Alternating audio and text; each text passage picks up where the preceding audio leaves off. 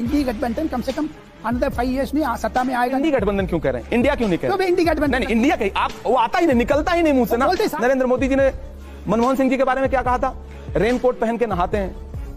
नरेंद्र मोदी जी के 10 भाषण, जर्सी गाय, 50 करोड़ की गर्लफ्रेंड। मैं तो बड़ी मजे की बात कहूं, हरियाणा जीते, महाराष्ट्र जीते, आपने भाजपा के कार्यकर्ताओं को राज्यों में जश्न मनाते देखा क्या? दोस्तों, मोदी जी और पूरी बीजेपी इंडिया गठबंधन के नाम को बिगाड़कर इंडी गठबंधन बोलते हैं। कांग्रेस के फायर ब्रांड नेता इमरान प्रतापगढ़ी के सामने भी एक पत्रकार ऐसा ही बोलने लगे, जिसका इमरान प्रतापगढ़ी ने इतना तगड़ा रिप्लाई दिया कि गोदी पत्रकार मुंह ताकने लगा। वीडियो में आगे आप ये भी देखने वाले हैं कि जब गोदी एंकर सवाल करते हैं कि आपने कांग्रेस पार्टी क्यों ज्वाइन किया और राहुल गांधी कैसे नेता हैं, इमरान ने इसका जो शानदार जवाब दिया आपको भी जरूर सुनना चाहिए। पिक्चर चालू करो बे। सबसे पहले तो मैं आपसे ये पूछना चाहूंगा कि जिन मंचों पर आप सुपरस्टार हो चुके थे, वहां बड़े बड़े शायर कहते थे और सलाह देते थे कि आप क्या मुझको नवाजेंगे जनाबे आली, सल्तनत तक मेरे इनाम में बिक जाती है। वो सियासत का इलाका है, उधर मत जाना, आबरू कूचाए बदनाम में बिक जाती है। गजल के मन से मना किया जाता है कि सियासत में मत जाना, और आप फिर भी आ गए।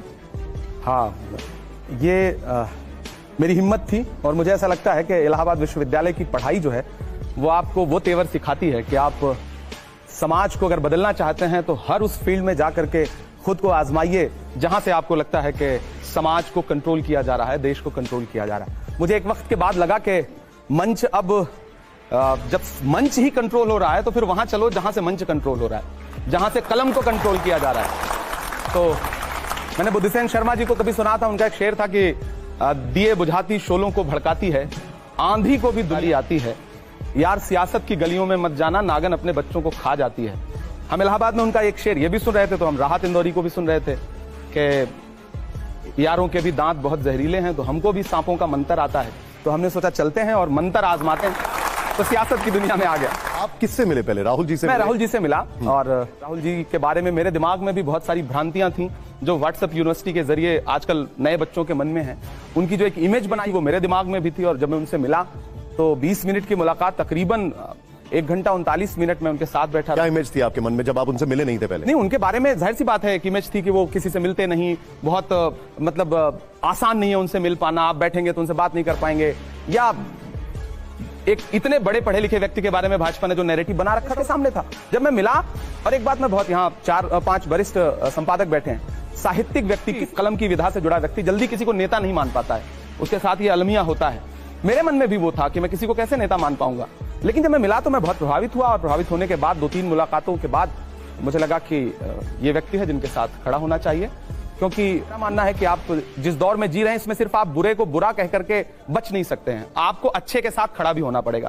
मैं खड़ा, लेकिन ये बड़ी अच्छी बात कही आप। लेकिन जैसे आपने अभी बात की व्हाट्सएप यूनिवर्सिटी की, हमने खुद असम के मुख्यमंत्री को किया, उन्होंने कहा कि जब वो राहुल गांधी से मिलने गए तो राहुल अपने डॉगी से साथ खेलते रहे, उनकी तरफ देखा तक नहीं। मुझे लगता है कि ये नितांत झूठ है, ऐसा नहीं किया होगा राहुल जी ने। और वो तो मुख्यमंत्री महोदय कांग्रेस के बड़े सच्चे सिपाही थे, उनके पुराने भाषण उठा के देखिए, तो जो उन्होंने कांग्रेस के प्रति वफादारी के बोल बोले हैं उसको इन दिनों जब वो खुद सुनते होंगे तो मुझे लग रहा है कि शर्मिंदा होते होंगे। बात तो सही है। तो ऐसा ही कुछ झूठ बहुत सारे नेताओं ने राहुल जी के बनाया। राहुल जी बहुत विनम्र व्यक्ति हैं, और जब मैं पहली बार मिला तो ये सोच के उठा था उनके दरवाजे से कि इस इंसान से तो देश के हर व्यक्ति को मिलना चाहिए, इनकी इमेज बदलेगी, ये ऐसे है ही नहीं है जो इनके बारे में देश को बताया जाता है। और मुझे खुशी है कि फिर राहुल जी एक दिन भारत जोड़ो यात्रा पर निकले तो लाखों लोग उनसे मिले, करोड़ों लोग उनसे मिले। हेमंता बिस्वा शर्मा कहते हैं कि अगर वो मुझसे मिल लेते तो असम में कांग्रेस नहीं टूटती, असम में कांग्रेस नहीं नीचे जाती। देखिए, आप जब किसी दरवाजे को छोड़कर किसी परिवार को छोड़ के जाते हैं तो लगभग ऐसा ही आरोप जो है ना, वो जो नकचढ़ी बहुएं होती हैं ना, वो ऐसा ही परिवार पे आरोप लगाती हैं कि साथी थी हम इसलिए घर छोड़ के चले गए, पति ऐसा था हम इसलिए घर छोड़ के चले गए। मुझे लगता है कि एक बहुत सारे और भी लोग कांग्रेस पार्टी छोड़ के गए हैं, अशोक चौहान कांग्रेस पार्टी छोड़ के गए हैं, कभी आप एक शब्द उनका इस तरह का नहीं सुनेंगे।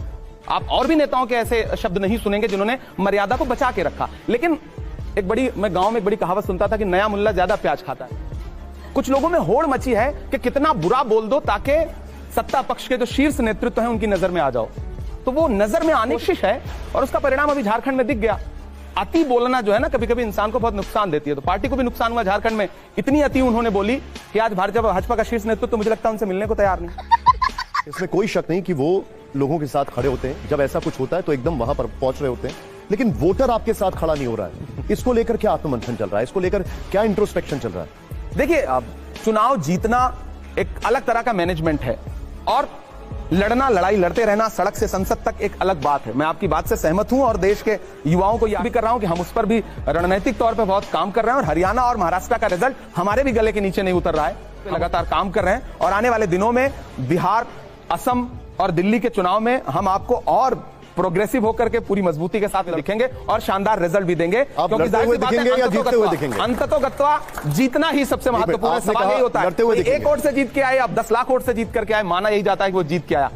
तो जाहिर सी बात है अब हम उस पर काम कर रहे हैं और एक नई पीढ़ी आई है राहुल जी के साथ कदम से कदम मिलाकर के। कुछ नए युवा सांसद, युवा नेता, युवा विधायक आए हैं।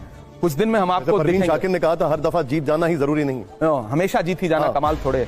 खैर सुना दीजिए वैसे अगर आप सुना पाए। नहीं, वो उनका शेर है कि मलाल है मगर इतना मलाल थोड़े है, आंख रोने की शिद्दत से लाल थोड़े है, मजा तो तब है कि हम हार कर भी हंसते रहें, हमेशा जीत ही जाना कमाल थोड़े।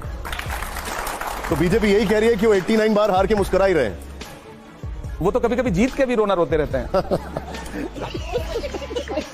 मैं तो बड़ी मजे की बात कहूं, हरियाणा जीते, महाराष्ट्र जीते, आपने भाजपा के कार्यकर्ताओं को राज्यों में जश्न मनाते देखा क्या? नहीं देखा होगा, सच बात कह रहा हूं। सिर्फ भाजपा के मुख्यालय में एक जश्न मनाया गया, उसके अलावा राज्यों में कहीं भी जश्न मना, सरकार बन गई जश्न मनाते नहीं देखा। कुछ तो है जिसकी पर्दा, उन्हें खुद भरोसा नहीं हो रहा है कि कैसे जीत गए। अरे आप मुझे हैरान नहीं, इमरान साहब आप पता नहीं आपने क्या देखा क्या नहीं देखा, लेकिन उस दिन तो भाजपा के दफ्तर में देवेंद्र फडणवीस के घर पर, एकनाथ शिंदे के घर पर ढोल, नगाड़े, पटाखे, मिठाइयां, खूब जश्न हुआ। देखिए कलेक्टिव यहां तो हुआ ही ना, मोदी जी ने तो लंबा सा भाषण दिया, फडणवीस जी ने भी भाषण दिया होगा, वो हुआ ना, सेंट्रिक हुआ। लेकिन जो एक एक विधायक, एक एक ग्रामीण अंचल में सच में सन्नाटा है। आप अपने रिपोर्टर भेज दीजिए ताकि गांव में कहीं भी अगर आपको जश्न दिख जाएगा, मैं वहां से सांसद हूं, मैं जिम्मेदारी से बात कर रहा हूं, नहीं दिखेगा आपको जश्न। वाह मोदी जी, वाह वाह, भरोसा नहीं हो रहा है। राजगोपालन जी, ये कविता में आप जवाब दे दीजिए, अच्छा होगा। सर आप कविता में सवाल पूछे, मैं कविता में कविता। लेकिन ममता बनर्जी क्यों छोड़ करके जा रही है? कहाँ गई? उद्धव ठाकरे क्यों छोड़ कर कहाँ गए? ओमर अब्दुल्ला ने क्यों बोला कल राहुल गांधी से ईवीएम से नफरत है, 100 सीट कैसे जीता? इसको कविता में इंडी गठबंधन कम से कम अंडर 5 years में सत्ता में आएगा नहीं, क्योंकि मिस्टर नरेंद्र मोदी ने, प्राइम मिनिस्टर ने लोकसभा में ये कहा सीताराम केसरी को दरवाजा बंद करके बाथरूम में मरा है। उसका जवाब कविता में। सबसे पहली बात तो मेरा, कविता में दे दीजिए। आप हमारे बुजुर्ग हैं, मेरे पिताजी से भी ज्यादा उम्र के हैं, दादा की उम्र के हैं, आप इंडी गठबंधन क्यों कह रहे हैं? इंडिया क्यों नहीं कह रहे? तो इंडी गठबंधन नहीं, इंडिया कहीं आप, वो आता ही नहीं, निकलता ही नहीं मुंह से ना। भाजपा का बनाया हुआ नैरेटिव है कि इंडिया में से ए हटा दीजिए और इंडी बोलिए उसको। दूसरी बात ये, सारे के सारे टीवी वाला तो नरेंद्र मोदी जी ने कहा कि सीताराम केसरी जी के साथ ये किया। नरेंद्र मोदी जी ने मनमोहन सिंह जी के बारे में क्या कहा था? रेनकोट पहन के नहाते हैं। नरेंद्र मोदी जी के 10 भाषण सुनाओ, जर्सी गाय, 50 करोड़ की गर्लफ्रेंड। प्रधानमंत्री की एक भाषा ये तो नहीं होनी चाहिए। अरे बाप रे, ये तो धोती खोल रहा है।